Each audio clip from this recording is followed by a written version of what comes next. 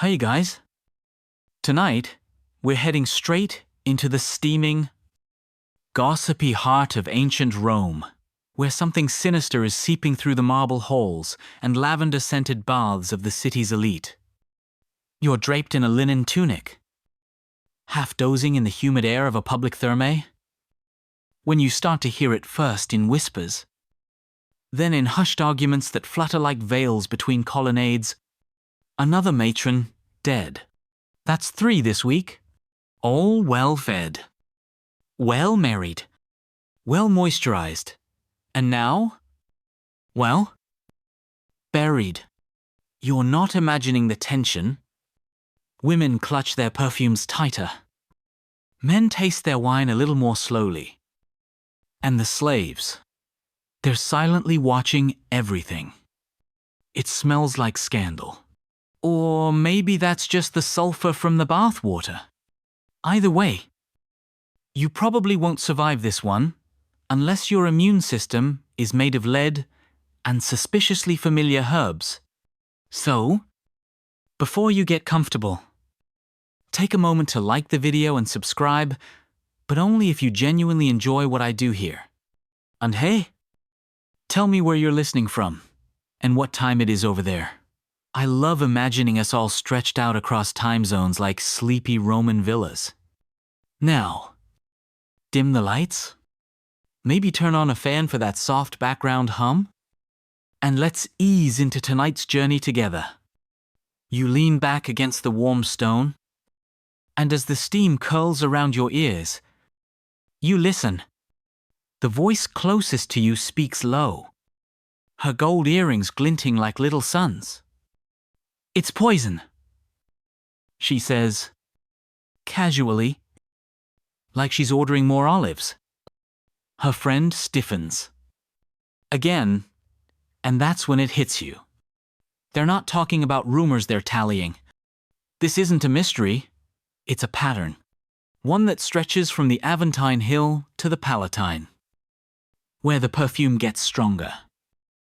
And the secrets go deeper. No one knows exactly when the deaths began. That's the worst part. You can't say, "Ah, yes, the first suspicious fainting spell occurred on a Tuesday," because Rome doesn't do convenient timelines.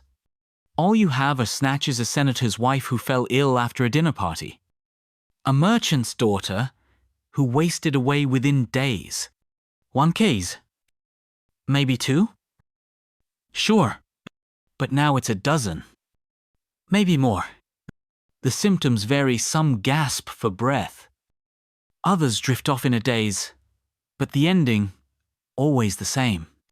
The city's elite have seen death before. But this is different. These women aren't dying in childbirth or being trampled at a chariot race.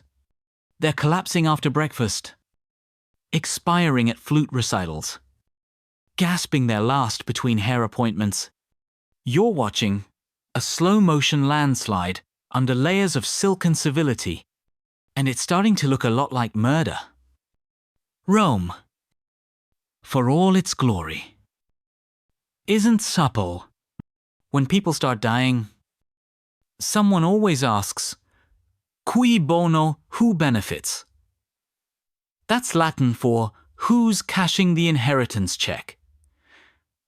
And, as you might imagine, Roman women, particularly upper-class ones, were no strangers to strategic widowhood. It was practically a household art form. But this feels industrial. At first, the authorities shrug. The ediles think city managers crossed with nosy building inspectors have bigger problems: grain riots, sewage floods, your usual urban chaos. But soon, the deaths start affecting people with powerful relatives. And suddenly, just an unfortunate flu becomes highly suspicious circumstances. And let's be honest, when your aunt kicks the wine bucket and leaves behind 3 villas and a suspiciously well-dressed cat, even you might raise an eyebrow. Historians still argue whether the authorities took action out of genuine concern or because someone influential finally dropped dead at the wrong banquet. But once the whispers reach the Senate Rome's favorite retirement home for men with opinions, things get formal. Vague laws about poisons are dusted off. There's talk of a quaestia, a special investigation. Even the priests start poking around. Because in Rome, divine wrath is always trending. Now, let's not pretend this is the first time Rome's had a brush with poison. Oh no. A few centuries earlier, there was a full-blown poisoning panic where hundreds of people were accused and executed based on the testimony of one very dramatic servant. It turned out to be a mass case of bad grain. Oops. But the memory lingers. Like that one garlic-laced dish you regret for weeks. And it makes people twitchy. Every time someone coughs at a dinner party, someone else mentally rewrites their will. And here's a juicy fringe tidbit. Some Romans believed that poison could be activated by certain phases of the moon. Yep. Imagine checking your calendar and saying, "Sorry, darling, can't poison anyone tonight." Jupiter's in retrograde. Whether that's superstition or just very creative scheduling.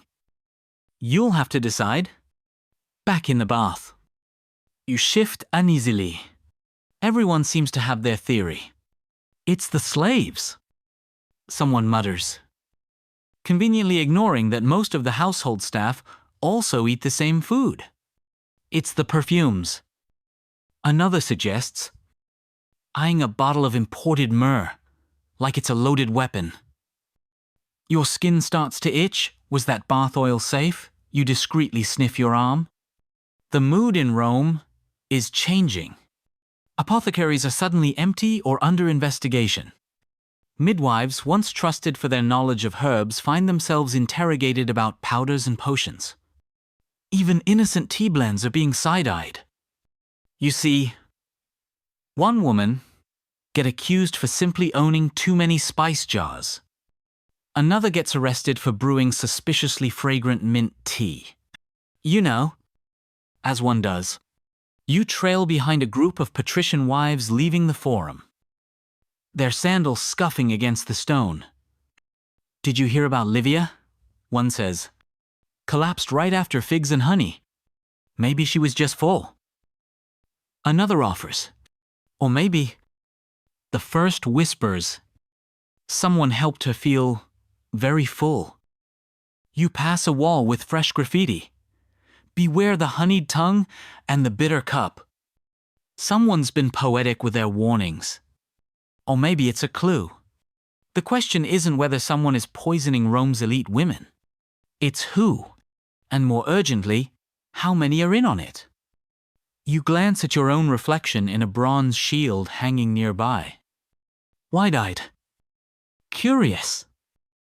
Maybe a bit sweaty from the steam.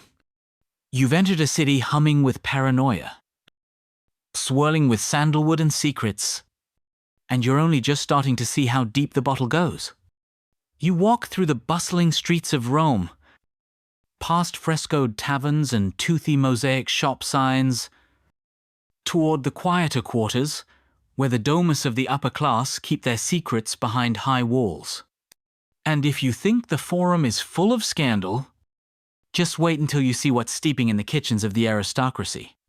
The thing about Roman medicine is that it's a bit like a modern influencer's skincare routine, half guesswork, half snake oil, and all about branding.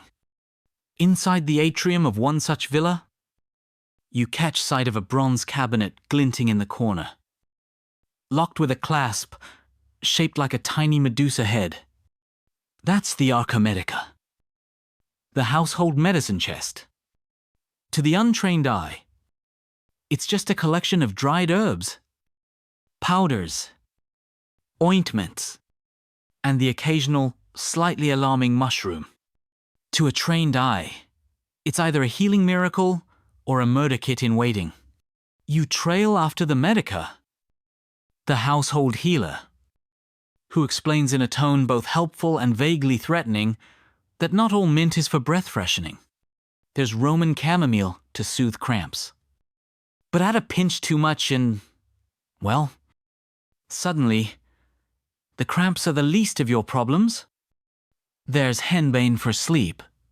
But oops, how much was that dosage again? Even seemingly innocent fennel was once suspected of cooling the humors, which might be helpful, unless your humors were already on ice. Historians still argue whether Roman women were truly trained in the subtle art of poison, or if men just freaked out when a woman knew her herbs better than the family doctor. Either way, the overlap between medicine and mayhem was impossible to ignore. Take Lucilia, a widow of solid reputation who swore she was using belladonna just to brighten her eyes. That's not a metaphor, it literally dilates pupils, giving you that dreamy bedroom gaze, but in slightly higher amounts, hallucinations, convulsions, and very creative dinner parties. You watch her stir her wine with a silver spoon, and you suddenly realize every household with a medicine chest is one broken dosage away from a funeral. You pass a small apothecary near the Tiber where glass bottles line wooden shelves, each with handwritten labels, silphium resin, opium extract, crushed viper fang. You wonder how many of these are still medicinal and how many are experimental. The shopkeeper eyes you warily, as if he knows you might not be sick, but just looking to solve a problem. One popular theory floating around the city is that wealthy women, tired of being passed from husband to husband like a particularly well-upholstered couch, have taken matters and poisons into their own hands. You remember that under Roman law, a father or husband could legally kill a woman for adultery, but she couldn't even divorce without his consent. So, some say, she simply skips that step. No need for divorce if there's no husband left to disagree. And then there's the cosmetics angle. You find yourself examining the contents of a noblewoman's toilette white lead face powder, mercury-based skin cream, crushed beetles for rouge. These women aren't just painting their faces, they're slowly embalming themselves alive. Or someone else? Here's a delightful fringe tidbit. Some Roman women reportedly used crocodile dung as a contraceptive, not poison per se, but certainly suspicious. You start to wonder whether ancient gynecology was just a very long dare. A stern-faced matron, Junia, invites you to see her private storeroom. Inside are amphorae of oils, tiny ceramic vials, and an unmarked jar with a thick amber with paste. Just something for headaches, she says sweetly. But your headache just got worse. Her slave girl flinches as Junia touches the jar. You make a mental note. Never accept tea here. You overhear hushed voices in another villa debating whether aconite should be burned or brewed. A young woman insists her mother-in-law died from natural causes, but her voice cracks on natural, and no one believes her. You keep walking. It's becoming harder and harder to tell who's healing and who's scheming. The city's obsession with concoctions has reached a fever pitch. Some people are using perfume oils as antidotes. Others are smearing frankincense on their throats, just in case. The line between spa day and murder weapon is vanishing. And still, no one dares say it outright. No one wants to be the first to accuse a patrician lady of planned murder. Until, of course, someone does. You pause on a marble bench, the sun slanting through fig trees overhead. The air smells of lavender, vinegar, and a trace of panic. you realize you're sitting at the edge of a great, unraveling. It's not just about dead women anymore. It's about what's lurking in every home, every bottle, every carefully measured dose. This city is about to explode, and not from indigestion. You can feel it. You're not even halfway home when you hear the whispers. They ride the wind between markets and fountains, weaving like cigarette smoke around grape cellars and gossiping bathhouse attendants. The word is out. Someone's been caught. Not just a servant. Not a shady back-alley herbalist. A Roman noblewoman. Arrested. Accused. And, worse still, not alone. You duck into a shadowy colonnade and press yourself against a cool pillar, listening. Names flutter by like leaves in a storm. Cornelia. Marcia. Flavia. Some you recognize from society weddings. Others from funeral processions. But now they've become part of a new and far less dignified social set. The poisonous ladies of Rome. The center of this scandal is a woman named Publicia. Respected, and until recently, considered entirely above suspicion. You've seen her before? Stately and serene. Always with a hand resting gently on her chest as though suppressing some terribly elegant emotion. Now she's in chains. And people are saying she cooked up death like it was lentil stew. They found her with a collection of labeled vials, one of them bearing the inscription mortiferum, which doesn't take a Latin degree to translate. The authorities move quickly. She's dragged before the city magistrate, along with several other well-bred suspects. Their families try to hush it up. But you can't smother this many corpses under a toga. Here's the kicker. Publicia insists it was all medicine. I was making cough syrup. She tells the magistrate, for my husband? Someone coughs meaningfully in the crowd. The magistrate raises an eyebrow. Her husband is, of course, dead. Has been for weeks. Choked to death.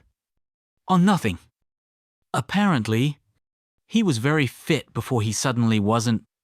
Historians still argue whether these early arrests were based on real evidence or simply a convenient way for rivals to eliminate powerful women. One scholar even suggested the case was kicked off by a single jealous husband who couldn't believe his wife outlived him in the estate planning. You start to wonder who benefits from framing these women. Who benefits if they're guilty, or worse, if they're innocent but silenced anyway. Meanwhile, the city is in full panic mode. No one trusts anyone. Husbands are tasting their wine twice. Some senators hire food testers. Others insist their wives eat the same meal they do at the same time. Under supervision, which makes for some tense date nights. And then comes the masterstroke. A woman named Canidia is caught in the act of brewing a thick, dark mixture over a brazier in her basement. The smell is described as noxious and oddly floral, which would make a great perfume name if it weren't also evidence. She's hauled in and accused of practicing necromancy. When questioned, she laughs and says it was just a poultice for migraines. The magistrate, migraine-free himself, is unconvinced. Now, a quick detour into one of Rome's more flamboyant urban legends, the tale of Albina, the alchemist. No one knows if she existed, but she's whispered about in certain circles as the woman who could poison you with a perfume, make your hair fall out with a smile, or most terrifying of all, fix your marriage by removing your husband entirely. Allegedly, she invented a kind of invisibility cloak made from nightshade oils and crushed pearl. French historian, love her. Regular historians roll their eyes. But it's this tension between the plausible and the preposterous that fuels the public's hysteria. You sit near a fountain, pretending to read a tablet, and overhear two matrons arguing whether saffron baths can counteract aconite. One says yes. The other says you just die looking fancy. Every recipe, every remedy, is suddenly suspect. That honeyed wine your neighbor gave you last Saturnalia might have been laced with opium. That mint salve for sore muscles could mask a paralytic. Even basic bread is scrutinized. Some claim that certain wives have taken to hiding poisons in flour. You need it. You need it. Then you're dead. Rome's kitchens turn defensive. Salted dishes become popular. Not just for flavor, but because salt was believed to neutralize toxins. People start bringing their own drinking horns to parties. There are even rumors of people swapping places with their slaves at dinner just to see who keels over first. You wander through a quieter part of the city now, where the streets are lined with shuttered windows and unusually quiet domus. It feels like everyone is holding their breath, waiting to see who falls next. Publicia is still imprisoned. But she's not alone. The jail is filling up with women who may or may not have been preparing to poison someone. One is accused of simply owning too many jars. Another was seen reading a Greek medical text upside down. A third refused to share her recipe for fig cake suspicious behavior. Indeed. This is Rome, where paranoia wears a laurel wreath and drinks vintage wine. And now the courts are getting involved. The Senate announces a full inquiry. A special commission is formed. They're calling it the Venefici Trials, named for the Latin word venefica, meaning a female poisoner. You notice how they never use the male version? Things are about to get a lot messier. Because once the courts start naming names, the line between guilty and inconvenient gets very thin. You walk past a statue of Concordia, goddess of harmony. Someone has scrawled a new word at her base, discordia. And beneath it, in charcoal, check your wine. You find yourself drawn to the forum again. The heart of political noise and the backdrop for countless public speeches. Today, however, it's different. The air crackles with tension as senators debate the unfolding Venefici trials. You notice the usual rhetoric has taken on a sharper edge. Veiled threats and cautious glances replace the usual florid speeches about Rome's glory. The commission assigned to investigate the poisonings is a curious mix of seasoned senators, legal experts, and a few physicians who've somehow managed to dodge the city's increasingly dangerous social games. You can practically hear the wheels turning as these men struggle to balance justice with political survival.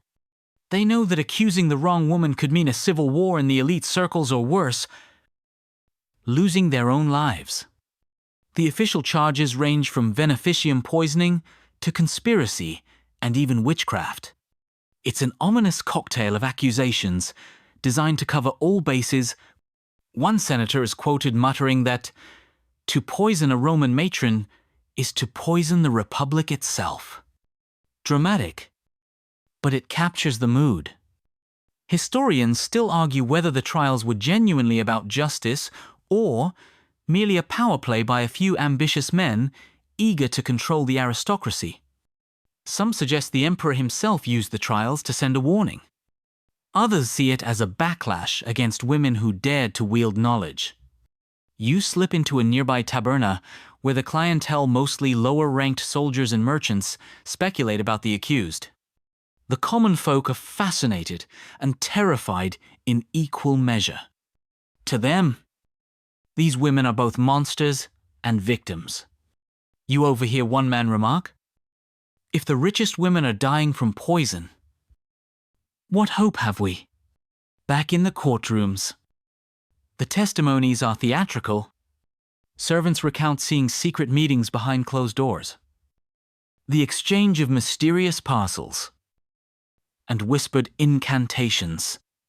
You cringe at the fanciful tales.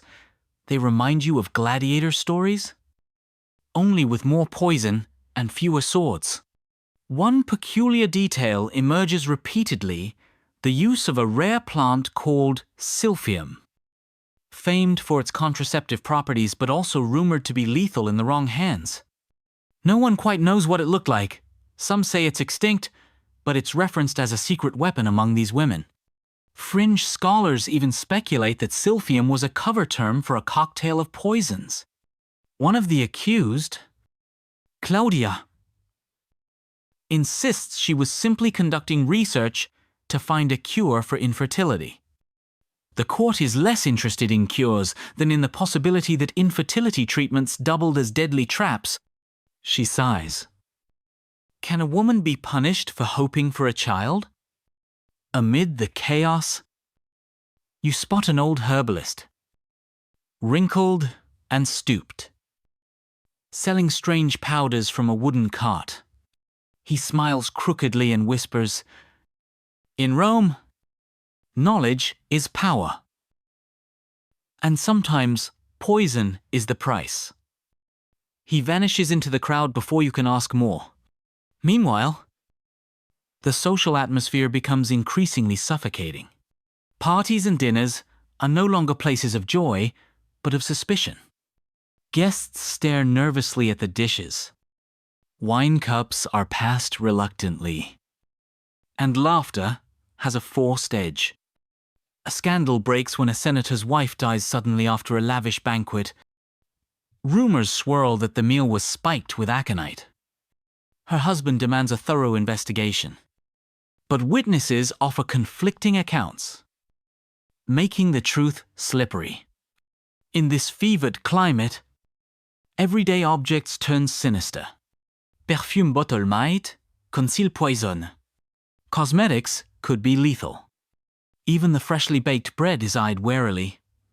You recall the earlier mention of crocodile dung contraceptives and shudder what other bizarre remedies might hide deadly secrets. Yet, amidst all this, some women continue their clandestine activities, convinced of their right to protect themselves in a hostile world. Others are probably innocent, caught in a web spun by fear and political gamesmanship. You leave the forum with a heavy feeling. The line between justice and vendetta blurs, and the city seems poised on a knife's edge. Every whispered conversation might be a confession. Every suspicious glance, a silent accusation. You realize the poison case isn't just about death. It's about control, fear, and the desperate dangerous power struggles beneath Rome's glittering surface. You slip into a shadowed alley, away from the raucous chatter of the forum and the nervous whispers of the taberna, to peer behind the scenes of this gripping drama. This is where you find the real power brokers of the poison scandal, the slaves and freedwomen, the ones who know the secrets no senator dares admit. Because, spoiler alert, poison doesn't just flow through silver goblets, it drips through whispered orders, secret meetings, and the steady hands of those unseen. You meet a woman named Aelia, a freedwoman who once served a patrician household notorious for its many sudden deaths. She speaks softly, but with unmistakable authority. The poison is never just a tool, she says. It's a language, a way to speak power where words fail. She tells you about the small, almost imperceptible doses slipped into meals, the artful blending of powders that could mimic disease symptoms, and the coded signals passed between women when a particular medicine was ready. One of the more bizarre details she shares is the widespread use of belladonna deadly nightshade, not only as a poison, but as a cosmetic. Women applied it to their faces to dilate their pupils, creating a seductive look that was, ironically, deadly if left on too long. You wonder how many beauty rituals in Rome doubled as slow self-poisoning? Historians still argue whether these women's knowledge was merely folk wisdom passed down or an early form of pharmacology mastered in secrecy. Some suggest that women had access to specialized knowledge that men, in their arrogance, dismissed as superstition until it killed someone important. Meanwhile, the city's underground is buzzing with rumors of secret gatherings where poison recipes are swapped like trading cards. These meetups are cloaked in superstition, with ritualistic chanting and offerings to obscure deities, blending magic with medicine. Some believe these ceremonies were a front for political plotting. Others think they were desperate acts of self-defense. Alias stories make you realize that poison in Rome isn't just about murder, it's about survival, revenge, and a perverse kind of empowerment in a society that offers women few alternatives. You also learn about a shadowy figure named Thais, a courtesan rumored to have poisoned several powerful men who underestimated her. Her legend is shrouded in myth, but her name sparks fear and admiration alike. Was she a villain? A victim? Or both? You'll probably never know. The trials reveal cracks in Rome's social armor. Accusations fly not just between women, but between families, slaves, and free people. Some slaves confess under torture, naming their mistresses. Others maintain silence, bound by loyalty or fear. You see how quickly loyalty can turn to betrayal in this deadly game? You notice the growing paranoia in the city's elite poison detectors are hired. Meals are tested with suspicious rigor, and servants walk on eggshells, knowing one wrong move could be fatal. The concept of hospitality warps into a precarious dance of trust and suspicion. At one point, you catch a glimpse of a trial where a woman is accused based solely on the testimony of her own slave who might have been coerced or bribed. The woman's despair is palpable. She pleads innocence. But the courtroom is cold. You wonder how many innocent women will be crushed beneath the weight of fear and politics. The city's poets begin to write about the scandal, mixing tragedy with dark humor. One quip that catches your ear? Better a poisoned guess than a dull one? You stifle a laugh, despite the grim surroundings. As the trials continue, the poison case grows beyond a legal matter. It becomes a mirror, reflecting Rome's deepest anxieties about gender, power, and control. Every accusation is a story about who has the right to live, to speak, and to wield influence in the eternal city. You leave the courtroom with a lingering thought in Rome. Knowledge is both a weapon and a curse, and those who wield it often pay a steep price. You wander now through the city's bustling markets, where the sweet aroma of herbs mixes with the sharp tang of vinegar, and you catch sight of an unexpected actor in this deadly drama, the apothecary. These vendors of remedies and poisons alike are suddenly thrust into the spotlight. Their shops searched and their wares scrutinized under suspicion. Apothecaries once enjoyed quiet respect for their knowledge of plants and potions, but now they wear a target on their backs. You overhear a conversation between two sellers arguing over the use of aconitum, commonly called wolfsbane, a potent poison and painkiller that could kill if dosed incorrectly.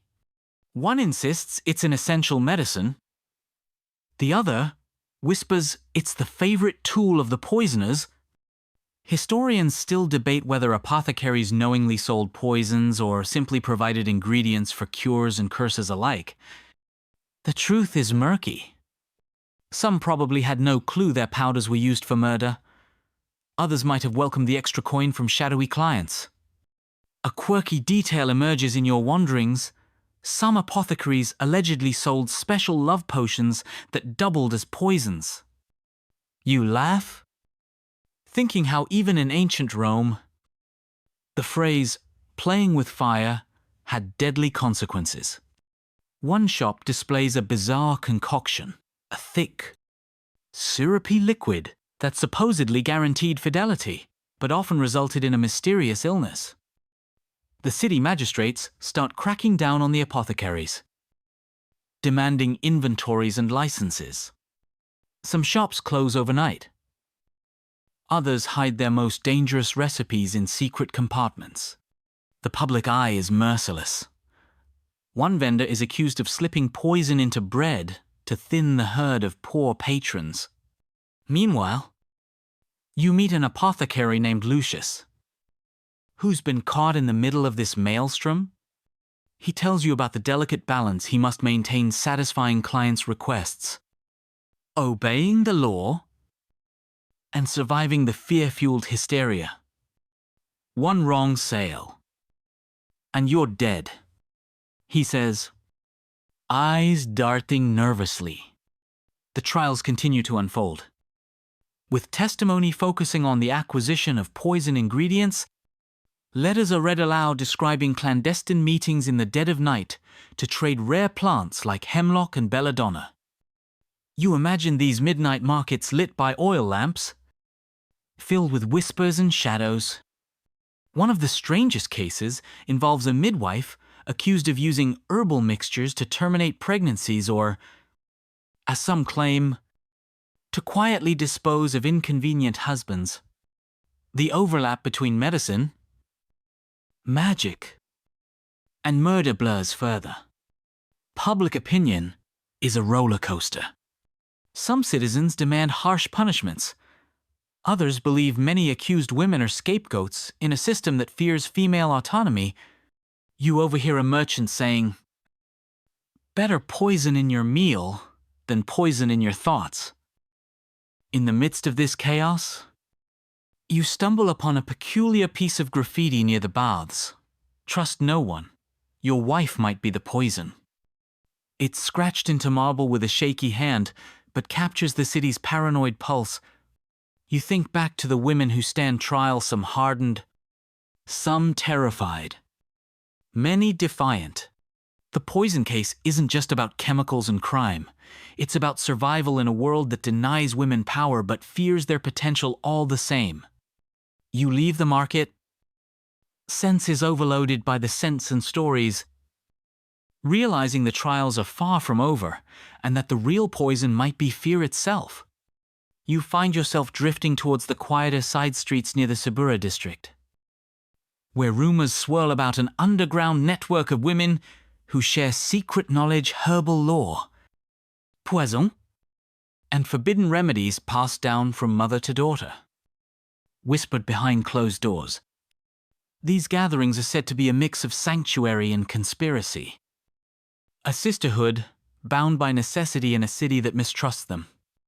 You hear tales of clandestine meetings held in cramped, dimly lit rooms, where women exchange powders and tinctures, recipes and warnings, sometimes over a modest meal cooked in haste. The atmosphere is thick, with a mix of fear and solidarity, as if these meetings are their last refuge from a society eager to silence them. One particularly vivid account speaks of a coded language made up of flower types and colors, used to communicate poison recipes without raising suspicion. For example, a red poppy could signify opium, while a white lily might hint at deadly hemlock. It's like a botanical espionage, where bouquets carry life and death in equal measure. Historians still argue whether these gatherings were more about genuine mutual aid, or if they also served as hotbeds for plotting revenge against abusive husbands and political enemies. The truth, as usual, is probably somewhere in between. You catch wind of a peculiar figure called Sabina, known among these circles as the Night Doctor.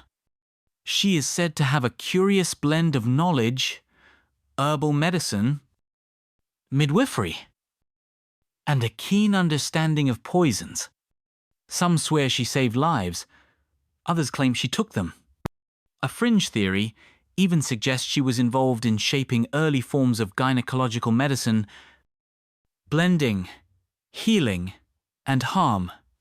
The city's authorities, naturally, are determined to stamp out these meetings, branding them as witchcraft and sedition. Soldiers occasionally raid houses based on anonymous tips, confiscating herbs, books, and even women themselves. You get a chill imagining the desperate looks exchanged in those rooms when footsteps approach. An amusing but grim story circulates about a certain noblewoman who tried to poison her husband with a concoction so foul, it ended up killing the family dog instead.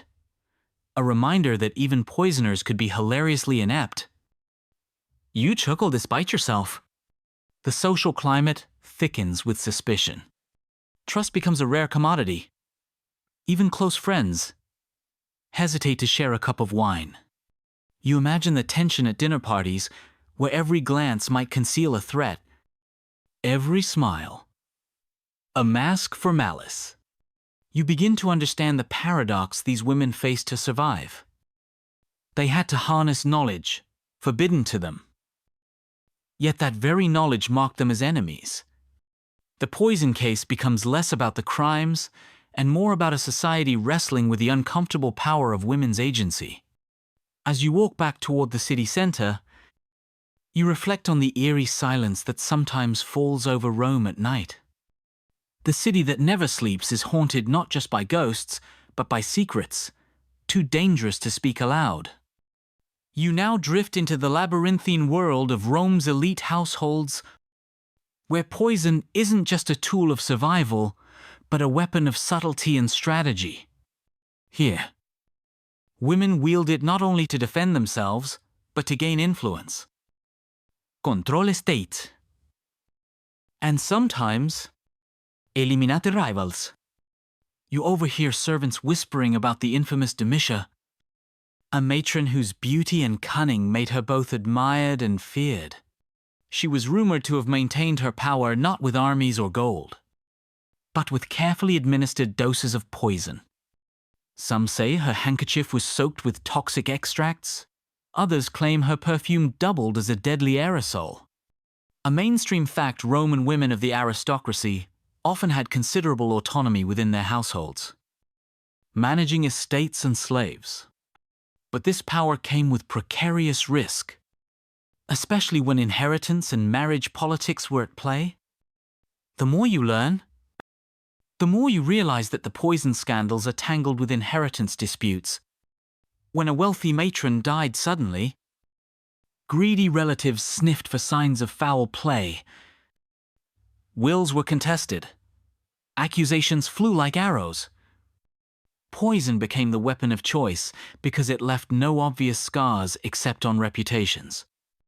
Historians still argue whether aristocratic women were the masterminds behind most poisonings, or whether many accusations were fabrications driven by jealousy and political maneuvering. The truth remains a thorny thicket. A quirky detail: some aristocratic women reportedly used poison prophylactically, taking small doses of toxins to build tolerance, kind of like ancient Rome's version of a poison gym. Imagine a fitness fad where the goal was to survive your own poison. One story tells of a noblewoman who hosted lavish banquets where she'd discreetly serve wine laced with a slow-acting toxin to her political enemies. Months later, those rivals would mysteriously fall ill or die, their disappearances conveniently timed with her own ascent in power. You note that the poison case is not just a scandal, but a social game.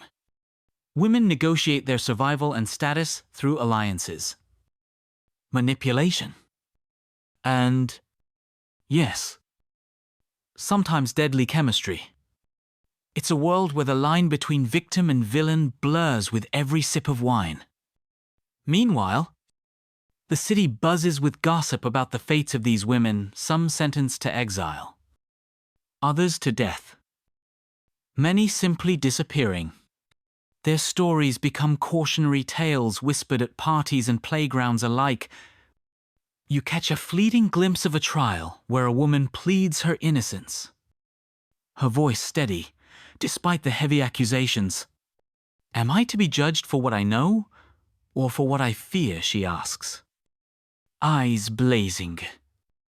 The question lingers long after the court has adjourned. You step out into the cool night air, pondering how poison in Rome is less about killing and more about controlling who gets to live and thrive in a city where power is as fleeting as breath. You slip into the shadowy corners of the Roman legal system, where the poison case twists and turns through courts crowded with senators, advocates, and jittery spectators hungry for scandal. Trials unfold like theater, complete with accusations flying as sharply as daggers and defenses spun with practiced elegance. The courts in ancient Rome were famously dramatic, and poison trials especially so. You can almost hear the echo of orators' voices booming through the marble halls, their rhetoric sharp as a blade, crafting stories of betrayal, lust, and death. Public trials were social events, part justice, part entertainment. You observe how the accused women often find themselves doubly trapped, charged not only with poisoning, but with the crime of stepping beyond their prescribed social roles. Defending themselves requires wit, resilience, and sometimes the backing of powerful allies. Historians still argue whether the legal outcomes were fair or largely performative, serving political agendas rather than truth. It's clear that in many cases, the verdict was influenced more by social standing than by actual evidence. One odd but true fact testimony from slaves was pivotal but also deeply problematic. Slaves were often tortured to extract confessions, and their words could decide life or death. Even though their reliability was questionable, the very idea that a slave's testimony could destroy a noble family reveals the era's complex power dynamics. The spectacle of these trials is punctuated by moments of unexpected humor. At one hearing, a defense advocate accidentally insults the judge's toga, causing muffled laughter in the courtroom, a rare light moment amid grim accusations. You hear whispered rumors that some senators secretly sponsored poison plots to eliminate rivals, using the trials as cover-ups. This murky intersection of crime and politics only adds layers to the intrigue. Meanwhile, you watch families torn apart by suspicion, marriages dissolved by accusation, friendships severed by fear. The poison case is more than a legal issue. It's a social earthquake shaking the foundations of Roman elite society. The emotional toll is palpable. Some accused women break down in court. Others meet their fate with stoic calm, perhaps seeing death as the only escape from a cruel, suspicious world. You realize that justice in Rome is never straightforward. It's a dance of power, fear, and survival, where truth is often the first casualty. As the trial ends, the crowd disperses into the warm Roman night, their gossip already weaving new legends from the day's drama. You drift now into the aftermath of the trials, where the fallout ripples through Roman society like tremors after an earthquake. The poison scandal is far from over. It's reshaping relationships, alliances, and even laws in ways you didn't expect. One immediate change is the tightening of laws around poison and poisoners. The Senate debates harsher penalties, including exile and death. To send a clear message, Rome will not tolerate such treachery within its elite circles. Yet, These laws also serve as political tools to suppress women's agency under the guise of public safety. Historians still argue whether these legal reforms truly deterred poisonings or merely pushed the practice further underground. The city's elite certainly grew more secretive, and fear became a powerful silencer. You overhear a scandalous tidbit. Some aristocratic women reportedly hired private poison testers to sniff out betrayal before it could reach their tables, a kind of ancient security system. Imagine hiring someone to test your salad for death threats before each meal. Meanwhile, public opinion is a roller coaster. Some see the accused as victims of misogyny and power struggles, while others condemn them as monsters threatening Rome's stability. The press, or rather, the handwritten pamphlets circulated in the streets, fuel the fire with sensational stories and caricatures. You catch a whisper about a poet who wrote a biting satire, comparing poisoners to spiders weaving webs of deceit, both feared and admired for their deadly artistry. The poem circulates widely, becoming a cultural touchstone for the scandal. You notice how the scandal changes daily life? Trust between spouses wavers, dinner parties are smaller and more cautious, and gifts of herbs or perfumes come with an unspoken warning handled with care. You reflect on a curious detail. Some women turn to magic and curses instead of poison, believing spells and hexes could achieve what chemicals could not. This intersection of superstition and crime adds another layer of complexity to the scandal. As the city calms, you realize the poison case leaves a lasting legacy, one of paranoia, power, and the dangerous allure of secret knowledge. Rome is forever changed by the echoes of whispered threats and veiled accusations. You step away from the city's hustle, the scent of crushed herbs fading on the evening breeze, pondering the thin line between victim and villain in a world where survival often demands the deadliest of choices. You wander into the quieter corners of daily life, where the poison scandal has transformed the intimate spaces of Roman households. Dinner tables, once places of warmth and laughter, now hum with unease and suspicion. Every cup of wine, every morsel of food carries an unspoken question. Can I trust this? The psychology of fear is palpable. You imagine spouses eyeing each other across candlelit rooms, wondering if a slight twitch of the hand means threat or care. Trust fractures like fragile pottery, shattered by rumors and paranoia. The poison case has seeped beyond courts and markets, infecting the very fabric of family life. Historians still debate the true scale of the poisonings.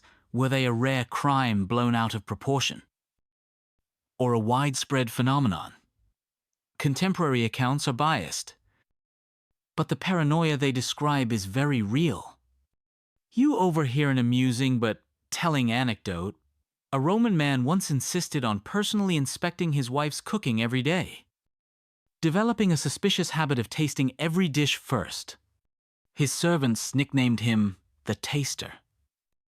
A cautionary tale of how fear can consume even the most rational minds. Meanwhile, the role of slaves becomes even more complicated.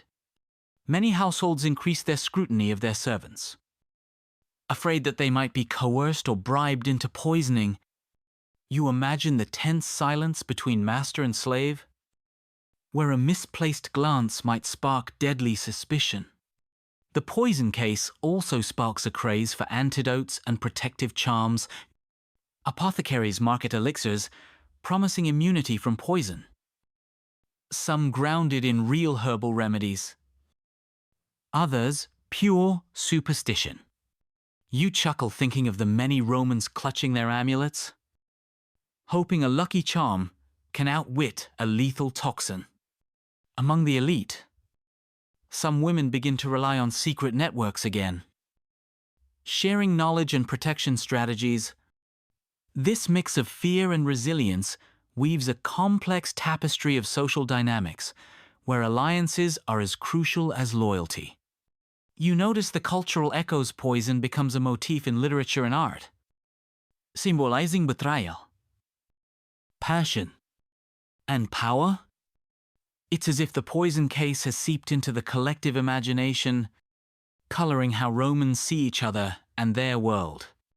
As you watch a family dinner dissolve into tense silence, you reflect on how deeply fear has burrowed into everyday life, reminding you that sometimes the deadliest poisons aren't chemical but emotional.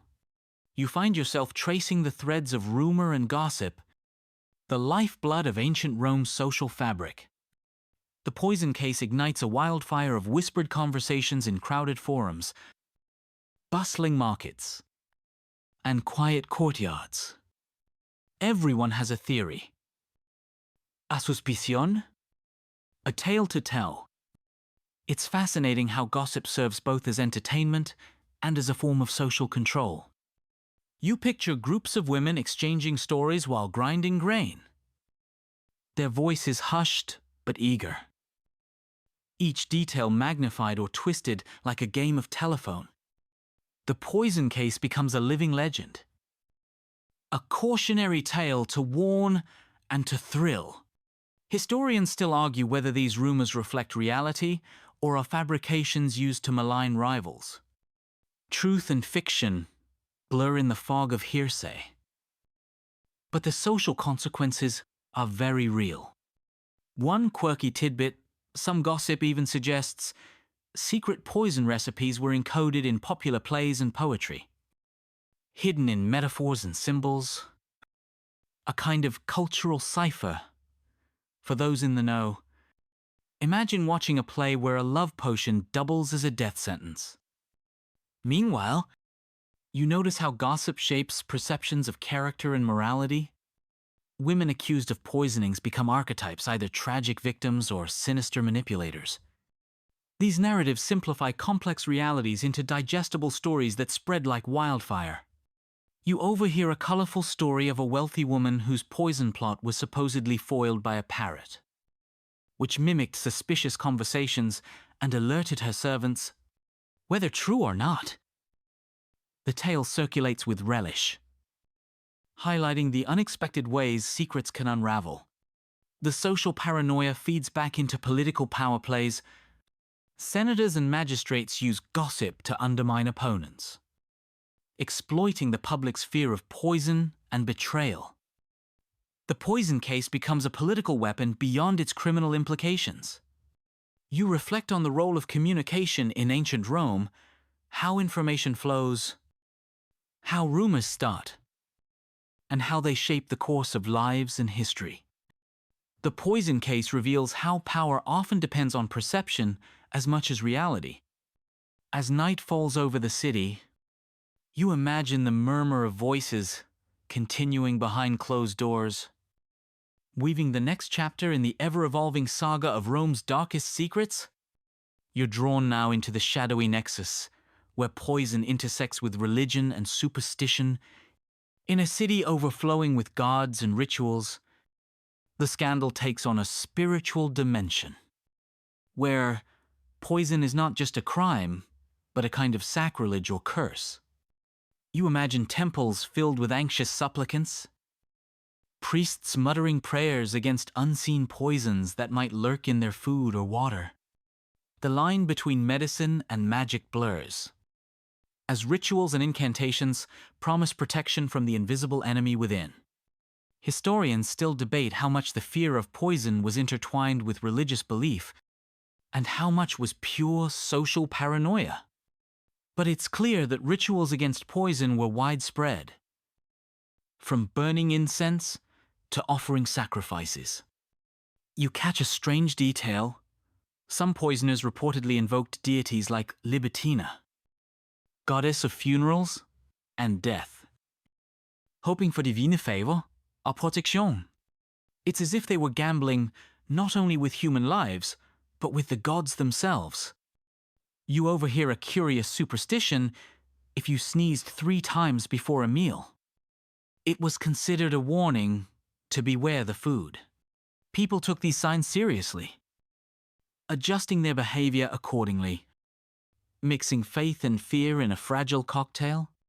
The intersection of poison and religion also fuels darker accusations. Witchcraft and curses are whispered in the same breath as murder, fueling hysteria and witch hunts. The poison case feeds into these anxieties, creating a moral panic. One fringe theory even suggests that some accused women were scapegoated to appease angry gods. Their punishment, a ritual cleansing of the community's guilt and fear. You find the idea chilling and oddly fitting? Amidst this, you imagine families performing secret protective rituals at home, blending faith and folk medicine in desperate attempts to shield themselves. These acts reveal the human desire for control in a chaotic world.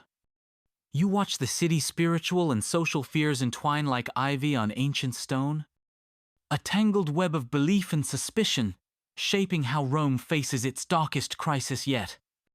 You now move toward the ripple effects beyond Rome's city limits, where the poison case sends shockwaves through the wider Roman world. Provincial elites, senators in distant towns, and even foreign dignitaries watch closely. Their own courts tinged with suspicion, the reach of the scandal is vast. You picture governors tightening security, wives guarding their husbands' meals with a nervous grip, and gossip spreading along dusty roads like wildfire.